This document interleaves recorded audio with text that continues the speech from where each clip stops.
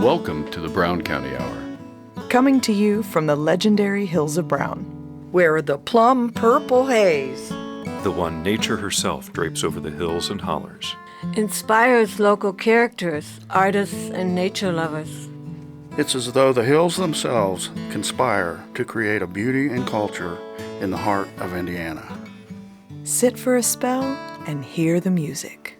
Tall tales, true stories, and current goings-on. Brought to you by folks who still know how to sit by a fire in winter and swim buck naked in summer.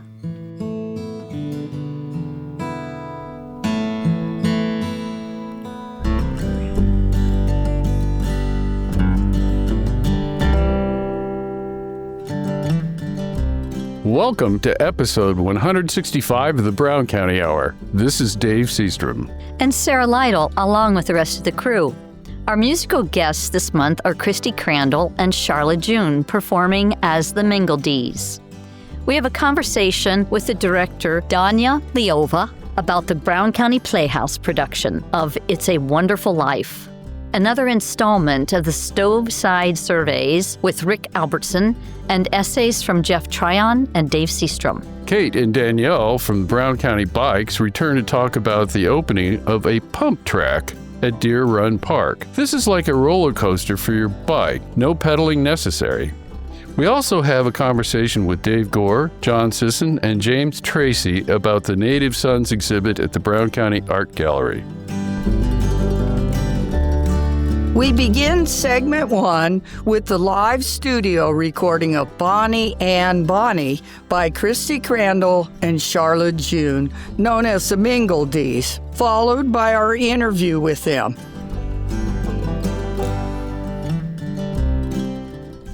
I was reading, I read a pirate book to my sons for bedtime, that had all these pirate stories in it. It was really fun.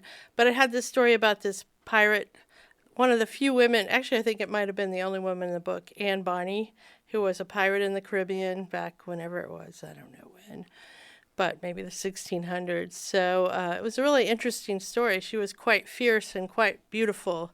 So it was sort of compelling. So I started writing it back in like 2010 or something. And then finally last January, I finally finished it because I have more time now that I'm retired. Okay, so this song is titled Bonnie and Bonnie.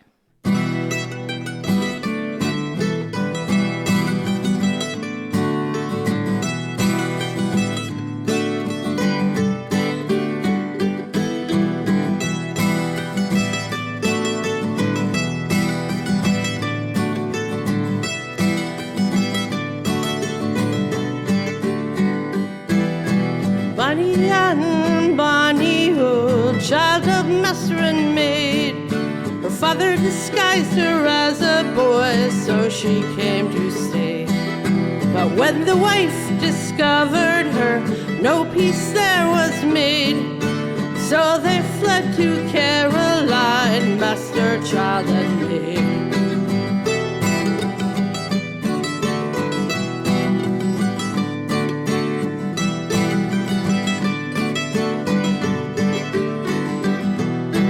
Bonnie and Bonnie, who fell in with the rogue. Her father promptly cut her off, not a penny to her name. And then her rogue eloped, sailed to Providence Isle. Tried their hand at gambling, oh, robbing, pirate, and drinking, oh. Oh, Bonnie and Bonnie, fierce pirate she, fought better than any man, lived her life free.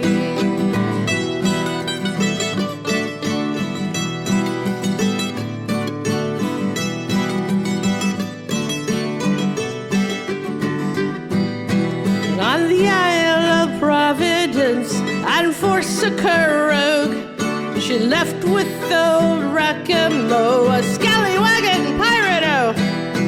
Out to sea they did sail, dressed as his first mate. Fought better than any man, Rackam or his mate. Oh, Bonnie and Bonnie, fierce pirate she,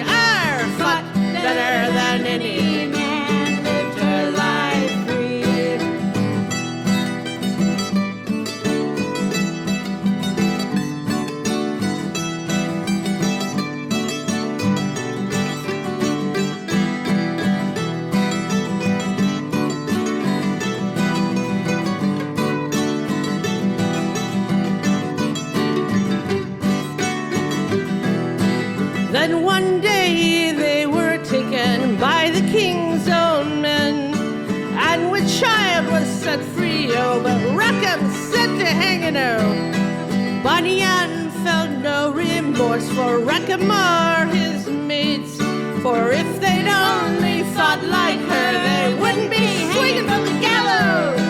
Oh, Bonnie Ann, Bonnie, a fierce pirate she, fought better than any man, lived her life free. Oh, Bonnie Ann, Bonnie, a fierce pirate she, fought better than any man, lived her life free. Hi, Brown County. This is Lucy Schultz. I'm here with singer-songwriters Christy Crandall and Sharla June. Hi, Christy. Hi, Sharla. How are you guys doing today? I'm so glad to have you in our studio, and you guys just treated us to such a great musical treat today. It was so wonderful, and you. Aw, Thank you. What is the name of your band? The Mingledees. Okay. We made up that word, so maybe I should spell it for you. Yeah, spell it. Mingledees. Okay, tell me what that means to you both. Well, we sort of were trying to come up with a band name, and we were bantering around, and we're not necessarily only gonna do a duo. We're open to having people add on with us, and also we like all kinds of genres of music. Just seemed to like a good word to apply to mixing of genres, mixing of people and ideas. It's an adjective. Mingledee means all mingled up. So then we just sort of added the EES, like we are the Mingledees. And that way we figured we could have a very fluid kind of rotating cast of players. That was what we were I like thinking. the name. It's a great name. Thank you. I like it too. So tell me a little bit about how you guys met and give us a little timeline. Okay. Did I meet you because of the Magnolia School? No, I would go to folk festivals. I played in an Irish band in Tallahassee for like 20 years.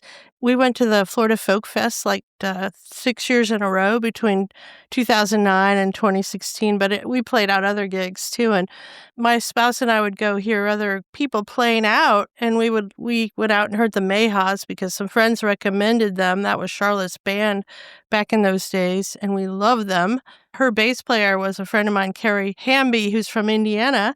And my drummer was also from Indiana. Yeah, her drummer, Deb Berlinger, is from Franklin, Indiana, and she's actually related to the Slavins in Brown County. Isn't that wild? Oh, that is wild. So many musicians in Tallahassee are from Indiana. It's unbelievable. Really, really weird. There's something in the water. Yeah. Yeah. So when I lived in Florida, I ran into everybody I knew. It was the weirdest thing. Yeah, that's so funny. We started going to the concerts, and when I'd see Carrie, I'd say, "You got to introduce me to Sharla," and she's like, "Yeah, she's a real spark plug." And because I wanted to play with her sometimes, Sharla ended up getting married and, getting pregnant. The Mayhaws kind of dissembled after that. Right. Mm-hmm. And so then I was doing Mickey Fest, which was the theater for the really dramatic arts, and they were always looking for musical acts to open the show, and I wasn't, they don't want to hear Irish music. How some people say, we hate Irish music. Anyway, so I said, well, maybe Sharla would play with me if I asked her. She said, why not? Let's do it. So we got up there and we played all kinds of stuff on the banjo and mandolin and guitar, like Smells Like Teen Spirit. Yeah, we did all these the Ramones. I Want to Be Sedated on the mandolin and banjo and When Doves Cry. We had a blast and we had so much fun. We started kind of impromptu just playing together whenever the opportunity arose in Tallahassee. And then when did you move to Chattanooga? 2014. Okay, so that sort of came to an end then. And 2014. I was an elementary teacher, and I taught Christy's youngest kid. Oh, yeah, for 3 years. It was sort of like the Harmony School of Tallahassee. And okay, our youngest kid was there, and Sharla ended up being his teacher, so that helped us get our relationship more solid. So Sharla, you moved to Chattanooga, and I heard that kind of changed the way you wrote your music. So I had a kid, an unexpected child, kind of late in life, and of course, no one wants to jam with you at 10 in the morning, which is pretty much the schedule that I was on with my kids. So I actually started teaching music together classes. So I was making a lot of music with toddlers and infants and their parents. And I played out by myself quite a bit, but I just didn't really have a chance to connect with many other people. And then I got an opportunity to play. It's kind of a coveted gig in Chattanooga called Nightfall. And I put together a band and it was kind of happening. And then COVID. And everything just sort of, flatlined after that. I got to tell you, I am so bored of me. Okay. Of playing by myself musically, so bored. So I was really, really ready to play with other people. I always joke that when you play by yourself, the only surprises are not good ones. Yeah. I forgot that song. Oh, I can't hit that note anymore. Oh, wait, what? Where am I? You moved to Bloomington, I heard. Right, yeah. So I was in Chattanooga, which is the halfway mark between here and Tallahassee, right? And so Christy would come through and we would jam and it was so much fun. And then Christy, I think, saw my soul suffering in Chattanooga and said, why don't you come up and play a couple of gigs with me in Brown County? And so I did, and it was fabulous. People here really listen to music. Chattanooga is not a music town. You really can feel the difference between a music town and a not music town when you're a songwriter. So you got some gigs coming up. Tell us about that. Yes, we have a gig on December 6th. We're going to be playing at the Crandall Market on Van Buren Street down by the Heritage Winery, I understand.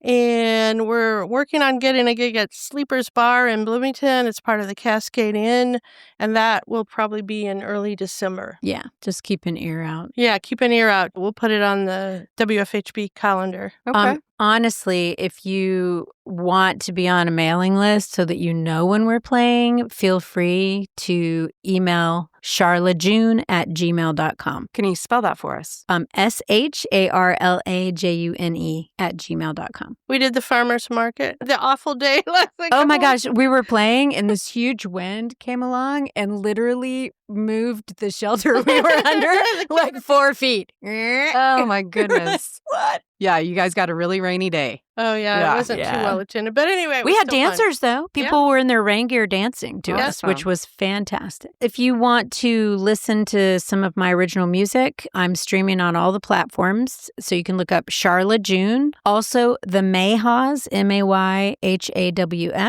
I've been speaking with Christy Crandall and Sharla June. This is Lucy Schultz on Brown County Hour, WFHB. This is Chuck Wills with the Brown County Hour, and I am here with Danya Leova, who is the director of the upcoming Christmas production at the Playhouse, It's a Wonderful Life. Welcome to the show, Danya. Hi, thanks for having me. Yeah, it's great to have you here. We're really excited to hear about this upcoming production. A lot of people have seen the movie, watched it, it's a holiday classic, and you're bringing it to the stage with live theater. I am, and I'm super excited, and I really hope that people enjoy the stage production just as much as they enjoy the movie. I think it's a beloved classic for a lot of really good, really important reasons. So we hope to do it justice. Yeah, absolutely. You and the cast of characters. So what was your inspiration to do this? So I moved to Brown County coming up on about 4 years, and I think one of the things that I value so much about being in this community is what a community it is. This is such a close-knit town, especially in comparison to bigger cities in other parts of the country. I really want to help people see themselves in the art that we put on stage. And I think It's a Wonderful Life does exactly that. I think a lot of people think about It's a Wonderful Life as just the story of George Bailey, but George Bailey is just the literary tool of an everyman, within a community that helps each other through political and economic struggle. They help each other get through wars and all of the crazy stuff that they have to face. And I just think that the values that we see here in Brown County are showcased really well in this production. So tell us about the cast. I know some of the names are familiar, maybe some of them are not. So who will we see on stage? A couple of our beloved classics. Tom Preston is making his starring presence on the stage yet again. Seth Wilcock is in it. He was Marley last year in A Christmas Carol. We have the Bolam Kings that are around town. Sydney and her daughter are involved in the production, as is Brendan. But a lot of our people are actually new to this process. Like this has been a really interesting journey because most of the cast members actually are either new to stage entirely or this is like their first show at the Playhouse. It's super exciting. Yeah. What a great opportunity for them. Yeah. And to be part of a beloved classic. Yeah. Yeah. What a way to get into the fold. Yeah. Now, I know that there's sort of a twist that you have taken away from a typical stage production. You're doing this in black and white, like the movie. Yeah, we are. We are doing it completely in grayscale, down to fingernails and hair. How do you do this? A lot of patience. Okay. A lot of patience, a lot of trial and error. You know, I've been so blessed to have a production team and a cast that heard that, and instead of balking and being like, whoa, that's never going to work, they have trusted me and this process, and we've been learning together. And I really think that theater is something, it's an art form where it's easy to get caught up in doing the familiar things, right? But I like to push the boundaries of what people think that theater can be. And so I think that having something like this in our small little jewel of a town is going to be a lot of fun. I think it's going to push a lot of boundaries and also still bring some of that nostalgia that people feel when they watch the movie, you know? And I have to say, I saw some pictures of the cast in black and white, and my mind was blown. It was like my eyes were playing tricks on me because it was black and white. Yeah. These black and white people, I saw them outdoors. So it's these black and white people in a color world, and it was just mind-blowing. Yeah, thank you. That was for Halloween. We wanted to do something with the community and also rep the show. So we did trick-or-treating together. I bet that went over great. Yeah, no, it was fantastic. Yeah, and luckily the response from people was always some really exciting, like, whoa, that's crazy, you know? And so hopefully they keep that energy when they come to see the show. Absolutely. Well, speaking of coming to see the show, I know it's going to be the first 3 weekends of December at the Playhouse. Yes. And tickets are available at browncountyplayhouse.org and also at the box office. Yes. Yeah, we're really excited to put on this show for everybody from all walks, and we really hope to see you at the Playhouse and hope that you enjoy the story and get some holiday magic and maybe some things to think about. Danya Leova with the It's a Wonderful Life production at the Playhouse. Thank you so much for being with us tonight, and we look forward to seeing the show. Yeah, thank you.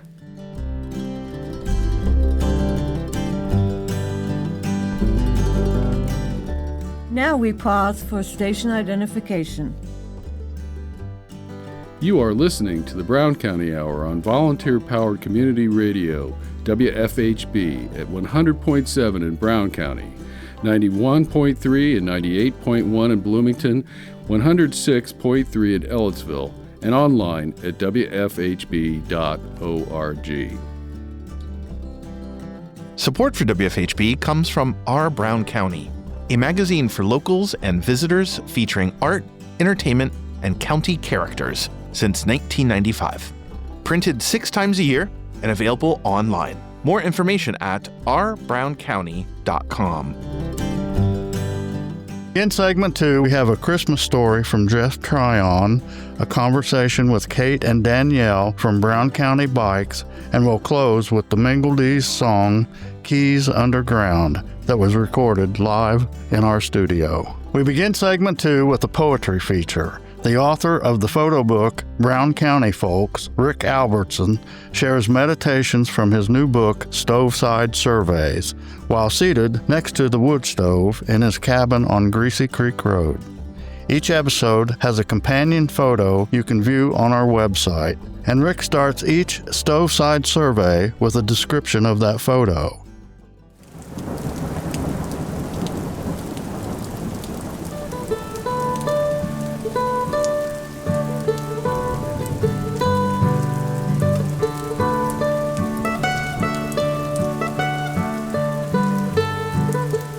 Looking at a photo of a spiritual visitor, a golden young buck fixated on my soul as he stares deep within me through the nearby window.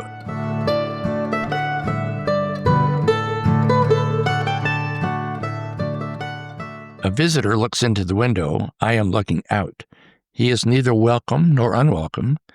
He stares knowingly, his intense eyes focus past my physical presence, searching deeper into my soul, perhaps spying my spirit, my essence. He sees more than I. He scans my entire life. He understands far more about me than I ever shall. More than a mind meld, he stands frozen in place, his cloven hooves anchored to solid ground, all of his energies fixed on his soul melding with my own. His searing search causes me no discomfort. I have nothing to hide. Perhaps better said, I have nothing I can hide. He sees all. There is so much within me, turmoil and triumph, that I cannot quite see. Conscious thoughts strain for a glimpse into those unconscious. Strain on, access is forever denied, not in haughty meanness or pettiness or avarice. It just is. Our eyes lock for seconds, minutes. It seems an hour or more. We just are. Time does not stop. The world spins on. We don't.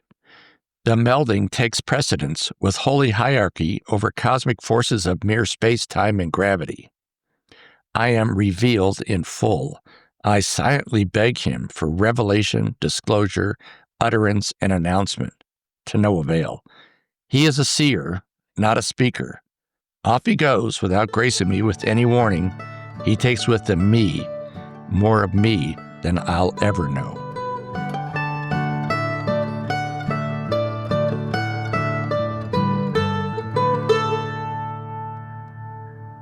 A Brown County Christmas. The holiday rolled into Old Brown County, attired in traditional regalia, snow covering the landscape with a white blanket, adding to the Christmas appearance. Billy, the little son of Mr. and Mrs. Joseph Pryor, was quite sick.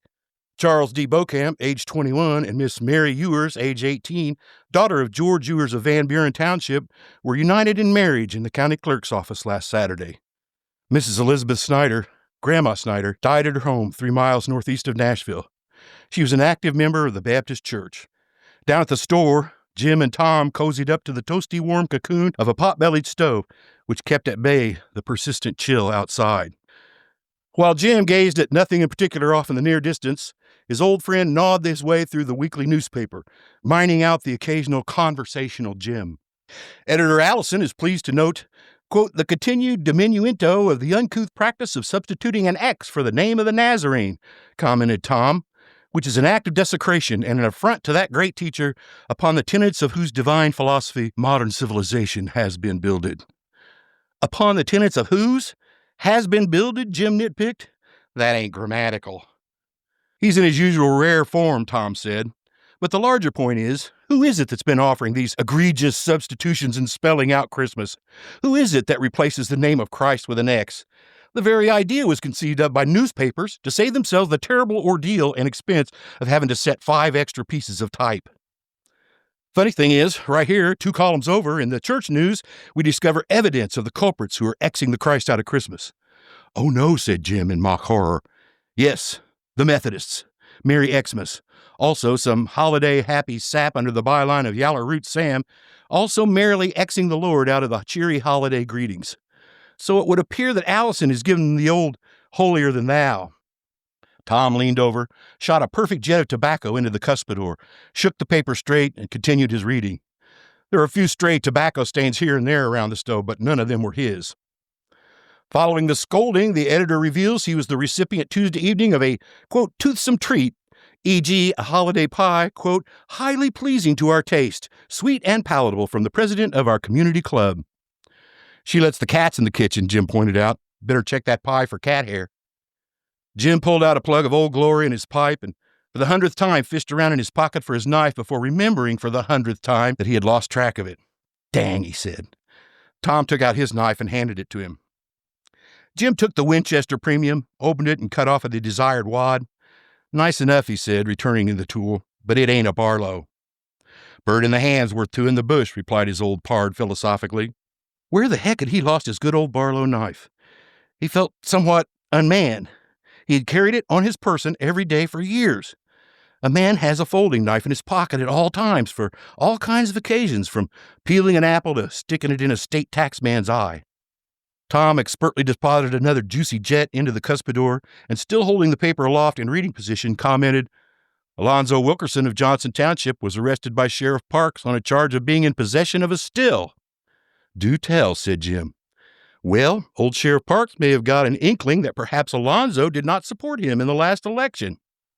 Or perhaps the sheriff was on the hook for the refreshments at some fancy holiday soiree of the high-up muckety-mucks such as the likes of you and me will never see.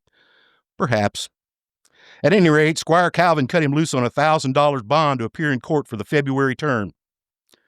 Imagine what it would be like to have $1,000 just sitting around waiting for pay your bail, said Jim. You could buy a brand new Ford sedan for $660. Imagine spending Christmas sitting in jail with Sam Parks, Tom replied. They both laughed. In a Wednesday night program at the schoolhouse, the scholars of Nashville schools rendered an interesting and entertaining holiday entertainment. The most common requests in letters to Santa from kids in Nashville were for a doll and a dollhouse or a gun and a wagon. A head-on collision at the bridge near the dog farm, 11 miles east of Nashville on the road to Columbus, resulted in a broken windshield, broken fender, and broken lights. His wife suffered slight bruises about the head and face. I see where the Melodeon has the Thundering Herd this weekend. I might go see that. Doesn't get any better than Zane Grey. Jack Holt and Noah Berry, not bad for 2 bits, if you've got it. The Ladies' Aid Society of Nashville ME Church is holding its annual Christmas Bazaar Friday at Miller's Drug Store. Now, for pure entertainment value, it will be hard to beat this Red Man Lodge deal, said Tom, straightening up the paper and reading. Chief Eaglefeather, to speak on redmanship, will deliver the principal address at 2:30. Other great chiefs will be present. All pale faces are welcome. Uh-huh, said Jim. Horicon Tribe of New Bellsville will confer the adoption degree. The Columbus team, the Warriors degree, and the Taylorsville team will confer the Chiefs degree in the hall to red men only. No pale faces allowed, said Jim. A street parade will be given at 6:30. I wonder if the chief is bringing Princess Silverhills to this powwow, said Jim. That might be worth a gander. Tom got up to fix the fire, and Jim took the opportunity to stealthily slip a small parcel into the pocket of his denim work coat hanging on the back of the chair. Little package of beech nut chew, his favorite. Down at the train depot in Helmsburg, an unforgettable Christmas treat was being unloaded for a few select families. Huge stalks of ripe, fresh bananas had arrived on a freight car from New Orleans. By and by, Jim excused himself with holiday wishes and headed out the door while Tom stayed to close up. The snow crunched under his feet as he made his way down night-enfolded Main Street. Making his turn at the town pump, he decided to sit for a moment and take in the near-perfect snow-covered nighttime quietness. Nearly 1926 now. He noticed that a light was still burning in the parsonage of the Methodist Church. Probably the old preacher was in there wrangling up the Christmas homily. Maybe he would quote the opening of the Gospel of John about how a new light was coming into the world, and that light was the light of love and caring and human kindness, and in that light was the life of men. Jim sat for a moment in the darkened, empty street, fished for his pipe. And the light shines in the darkness, and the darkness did not comprehend it, he muttered softly to himself. He reached for his plug of tobacco, but his hand struck a small, hard object in his pocket.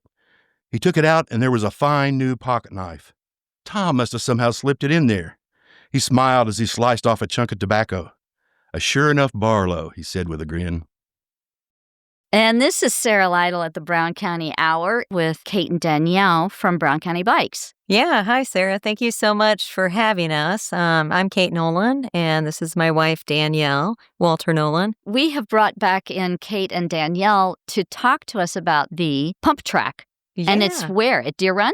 Yeah, it's located at Deer Run, Sarah. And so it's just north of the skate park, between the skate park and the community garden. So what is a pump track?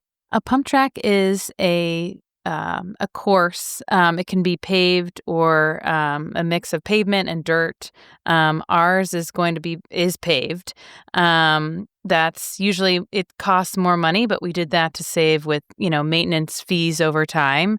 So it's going to be less maintenance overall, but it is called a pump track because essentially you don't have to pedal. Usually you pump your body to go through the different rollers and different terrain changes that is built into the track. So you can pump with your arms and your legs and the bike you're on to roll you through the course. It's such a great way to develop. I'll have to see this. Yeah, it's such a great way to develop confidence and balance on your bike. And it's great for folks of all ages. So we're really fortunate. We were able to raise money with a lot of great community partners, the Community Foundation, the CVC, the CVB, Brown County Mountain Biking, and the International Mountain Bike Association. Mm-hmm. But we've managed to get one in that's paved, it's asphalt, and it does have concrete lips. There's also progressive jump lines. So it's a great way to work your way into dirt jumps. There's also a skills area with drop zone and varying heights of skinnies, elevated skinnies. Yeah, so it's not just rubber on the road, you're airborne.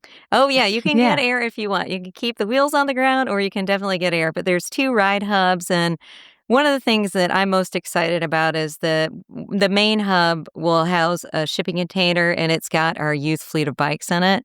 So we'll be able to open up those bikes to kids in the community to overcome economic barriers. And so that's really exciting for us. Yeah. Right now we have a trailer that we do events in the park for kids. And now with the pump track, we'll be able to get that out more regularly, and the track is right there. So as opposed to sometimes there's issues with the youth getting into the park, and there can be issues there, but now right at Deer Run, it's going to be so much easier, and we'll be able to do more events and get more kids on bikes. And so, again, you said that you have bikes that will be available to rent for underprivileged children. Yeah, so they will be free to use for kids in the community that don't have access to bikes. So we have some Strider bikes, which are balance bikes. It's a great way for kids to learn. Pump track is a perfect setting. They run along with their legs. They have a seat. They can put their feet up and roll through the rollers. It's basically like a little roller coaster, the pump track. Oh, gosh, I want to do this. Yeah, and then you are going to do 20-inch bikes and 24-inch bikes. So we're kind of catering to the younger kids and just trying to encourage more of a healthy lifestyle, healthy community, and to get more families and kids out on bikes. Great. Well, thank you for coming in and talking about this. And I'm really looking forward to this grand opening or some events at Deer Run and trying out the pump track myself. Yeah, we can't wait. For sure. We're going to get you out there, Sarah. Well, and everyone else listening out there. So thanks a lot for tuning in to Brown County Hour. This is Sarah Lytle with Kate and Danielle from Brown County Bikes. This is actually one of my newest songs. I went through a little period of not writing a lot because I was raising a kid, and then I was thinking a lot about how, in particular, women get told like to be sunny and bright and smile and all the time, and I was thinking that really so much of our power comes from our darkness and being willing to be okay with being okay with that. So that's what this song is about.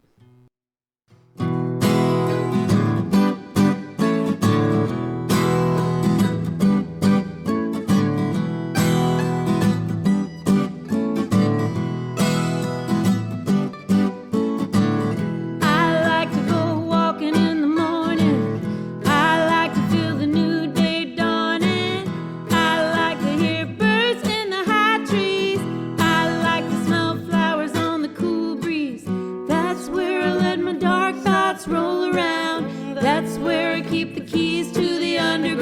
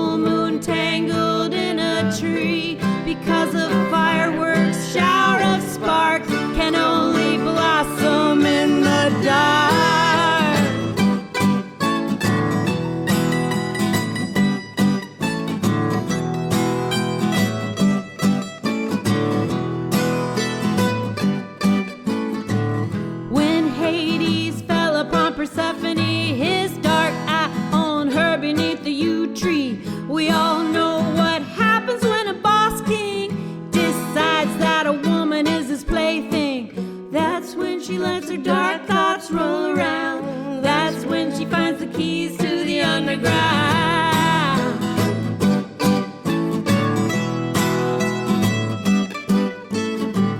And when we dance in the open air, sweat like diamonds in our hair, you know that I long to see full moon tangled in a tree, because a fireworks shower of spark can only blossom in the dark.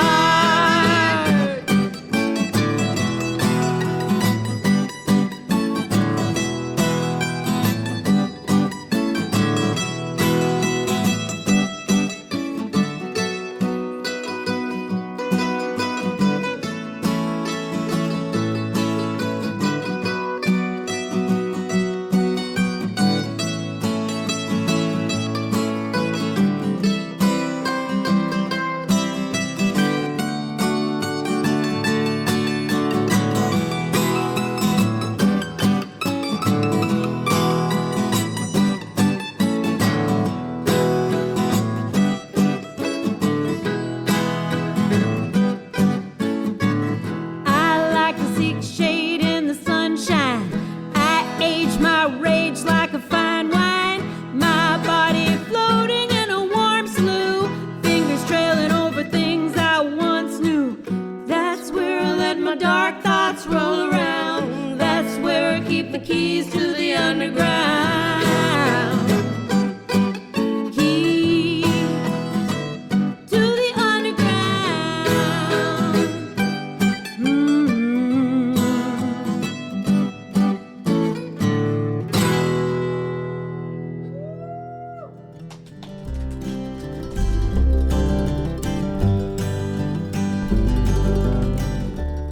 Now we pause for station identification.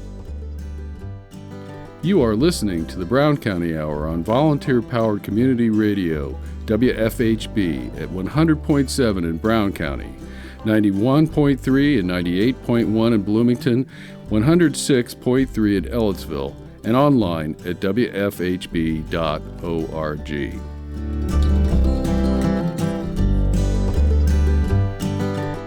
Support for WFHB comes from the Brown County Inn, located just off the main street of Nashville, Indiana, at 51 State Road 46 East. Brown County Inn is also a restaurant, bar, and gathering place for visitors and locals alike. More information at browncountyinn.com. Our final segment begins with a conversation we had with Dave Gore, John Sisson, and James Tracy as they discuss the Native Son art exhibit that features them at the Brown County Art Gallery. Dave Seastrom shares the history of the Great Clearcut in Brown County. We have a public service announcement about the Crandall Market, and we close our show with a live studio recording of Little Brown Bird by the Mingledees.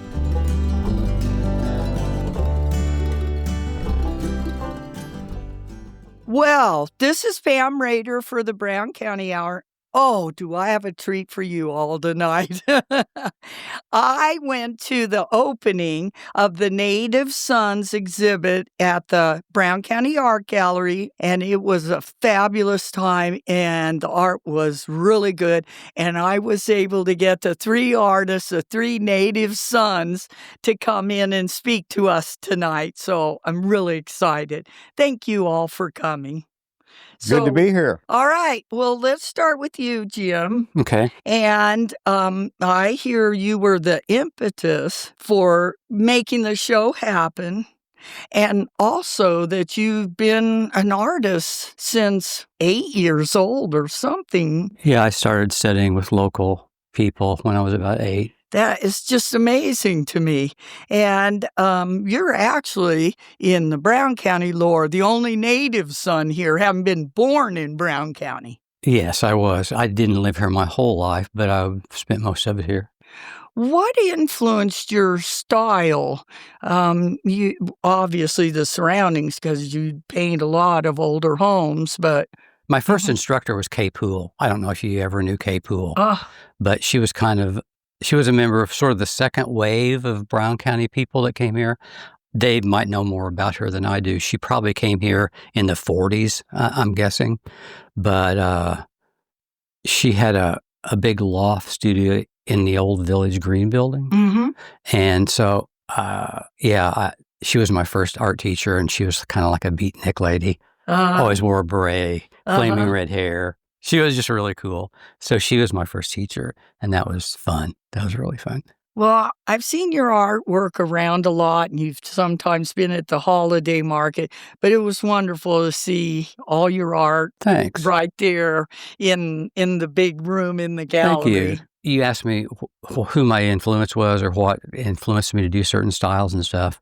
I was exposed to like all those early Brown County artists from a young age. So that's probably why I still do landscape paintings, because I just always loved that impressionistic style. And L.O. Griffith and Anthony Buchta and a couple of the other guys were bachelors or widowers or whatever. And my grandmother did their laundry for them. So so they would come into the house a lot, and I'd be sitting there drawing, and they'd always come over and pat me on the shoulder. Nice job, son. Okay, well, now we'll address Dave Gord, since you're in the seat next to him. and Dave, I've known you for a long time. We've interviewed you umpteen times on music, and I've known you as a carpenter. I never knew you did any art, so it was really great to see your stuff. And tell me a little about that. I've been hiding that for years. It worked.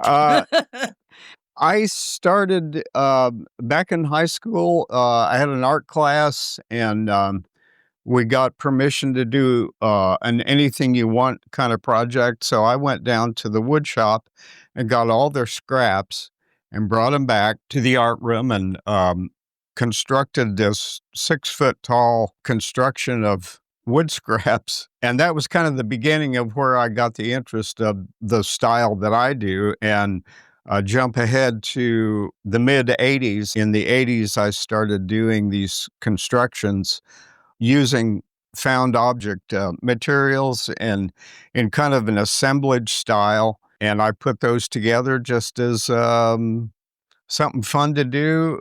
I have no purpose. There's no real meaning in any of the images of what I do. It's purely abstract expressionism. And I've been doing that off and on for about the last 30 or 40 years. And when I talked to you Saturday, I said, do you just put them on here hodgepodge? And no, you spend a lot of time getting them placed where you want them, right? There is a method to my madness.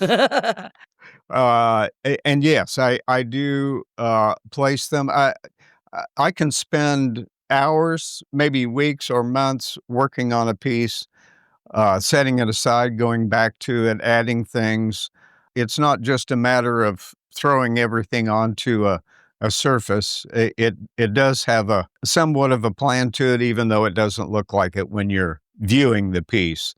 It looks like a hodgepodge of a lot of different things, but they weren't disharmonious. So when you told me that, I thought, yes, I can see there's a kind of balance to them. Yes. Mm-hmm. Yeah, I kind of strive for that. And I get to a point where I just have to stop. I mean, there's so much going on in some of the things I do that it gets to a point where I just have to say, okay, I'm done with it, or it becomes an obsession. Mm-hmm. Okay. And John, last but certainly not least, and I've known you as a writer and a poet. I've seen a lot of your art. You do more than one style, but the style at the show, what would you call it? They're almost cartoonish looking, but they're sci-fi as well. And there's some Native American stuff in there. Yes. I grew up in the woods. And I started being a photographer at 6 years old. My brother gave me a camera, and then I had my own darkroom at 7. So for nature, I've always used the camera. Mm-hmm.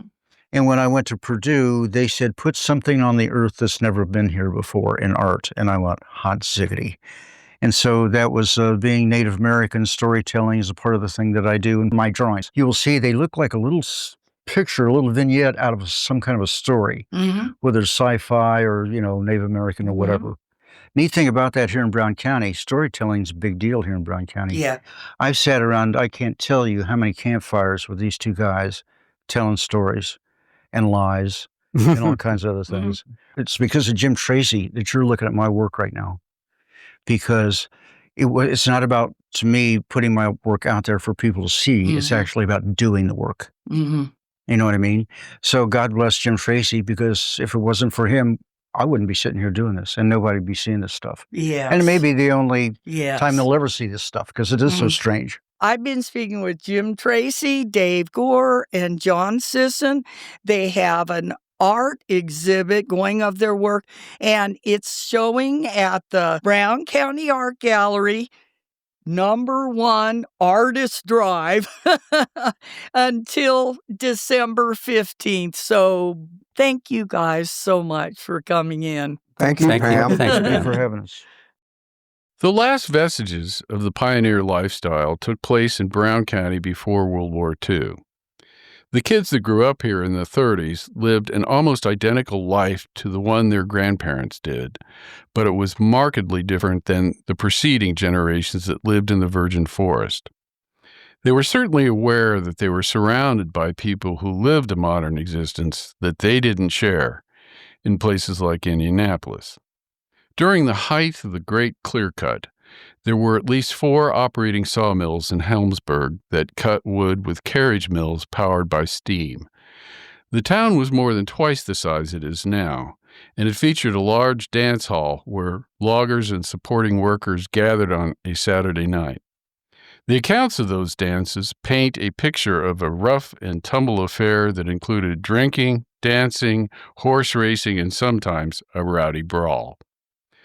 Due to its rough terrain, Brown County contained one of the last stands of virgin timber in Indiana. This is in part because the northern, flatter portion of the state was cleared for highly desirable farmland, and the area north of the Ohio River was settled first. Before the railroad came to Brown County, there was little or no market value for our timber. When the farm fields and small homesteads were cleared, the logs that weren't used to make cabins were rolled to the edges of the clearing and burnt. From the early accounts, the fires lasted for weeks at a time. By the time commercial logging arrived here, the timber had value. The timber industry employed hundreds of people, either directly or indirectly. Trees were harvested with 2-man misery whips and hauled to the sawmills with oxen and horses. This method churned up the forest floor, but left the mycelium, native plants, and seeds intact. Eventually, this seed stock provided the necessary ingredients for the forest to regenerate itself through benign neglect. The vast expanse of forest land in Brown County was, in spite of its daunting size, finite. It must have taken upwards of a dozen years to complete the task. Even so, not all of the original forest was clear-cut. Dendritic studies have found pre-Revolutionary War-age trees in the Yellowwood backcountry area in places that were too rugged for the oxen to haul them out. And early aerial photography shows substantial canopy in some areas. At some point, it must have been obvious that the timber harvest was coming to an end, that the last stronghold of valley or ridgetop trees signaled the end of the enterprise. Every man on the crew must have known that as soon as the last trees were hauled to the mill, their work was over, and soon they would be out of a job. I've often wondered if there was some kind of ceremony or celebration when the last giant tree was hauled to Helmsburg, or if the loggers shrugged it off and packed their belongings and headed west to follow the timber barons without regard for what they had done in the name of progress. Likewise, the sawmill operators must have seen the writing on the wall. When the very last logs were brought in and the last trainload of sawn lumber left the station, did they have one last dance at the hall? As far as I know, there was no written accounts of how they felt, but the consequences were unavoidable. The economic collapse that took place following the Great Clear Cut in the 1890s into the early 20th century began an exodus that eventually saw half of Brown County's population move to other locations for better opportunities. Before the clear cut took place, the local economy was forest-based, with hunting and subsistent farming that was combined with some local industry that produced tan bark for making hides and whiskey stills that quenched the thirst of locals and travelers alike. The removal of the forest meant the loss of a way of life that existed here for most of the 19th century for the European settlers and thousands of years for the Native Americans before them. Without the game and nut crops that the forest supported, it became almost impossible to make a living. The loss of the timber industry meant the sawmills closed down and all of the loggers were out of a job. The logger barons, who made most of the money, went west to cut redwood and Douglas fir, and many of the workers went with them. Today, we have a forest that's on its way to becoming old growth, if we let it. This is a choice of how we manage our public lands. Will we allow nature to take its course? Or will we let the money-first forces have their way? The answer is up to us. This is Dave Seastrom. See you next time. Not feeling the holiday spirit? Stop by the 5th annual Crandall Market in Coachlight Square for a flavor of old-time European Christmas. The December 6-7 holiday market will feature one-of-a-kind gifts, unique art, food, oddities, plus lots of Christmas entertainment. More entertainment will be held at Nashville Village Green Pavilion. For more information, Brown County ChristKindleMarket.com or contact Lisa Hall at GloryGirlProductions.com. That website again is Brown County ChristKindleMarket.com.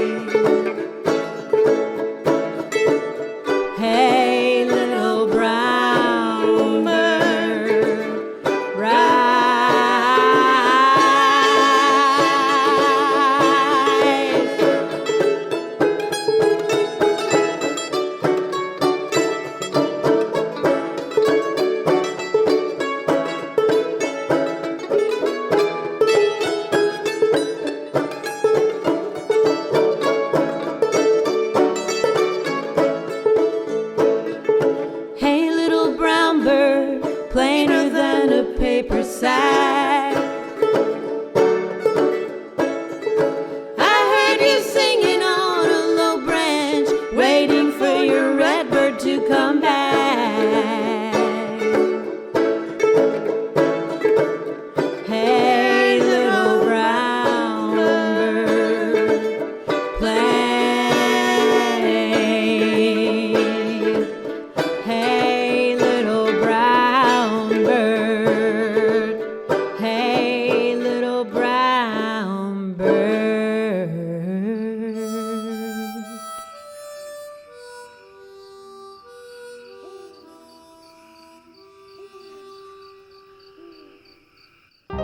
Thanks for tuning in to episode 165 of the Brown County Hour. This show was recorded in our studio at the History Center here in downtown Nashville and brought to you the first Sunday of every month at 9 a.m. and the following Wednesday at 6 p.m. and anytime online. Be sure to look for us on your favorite streaming services. The Brown County Hour is brought to you by a diverse group of folks who believe, now more than ever, the world is for everyone.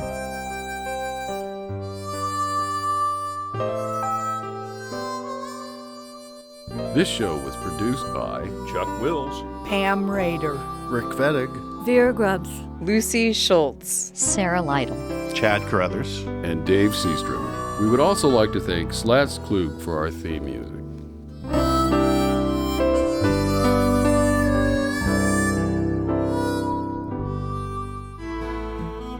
You have been listening to the Brown County Hour. coming to you from deep in the woods of Brown County, Indiana.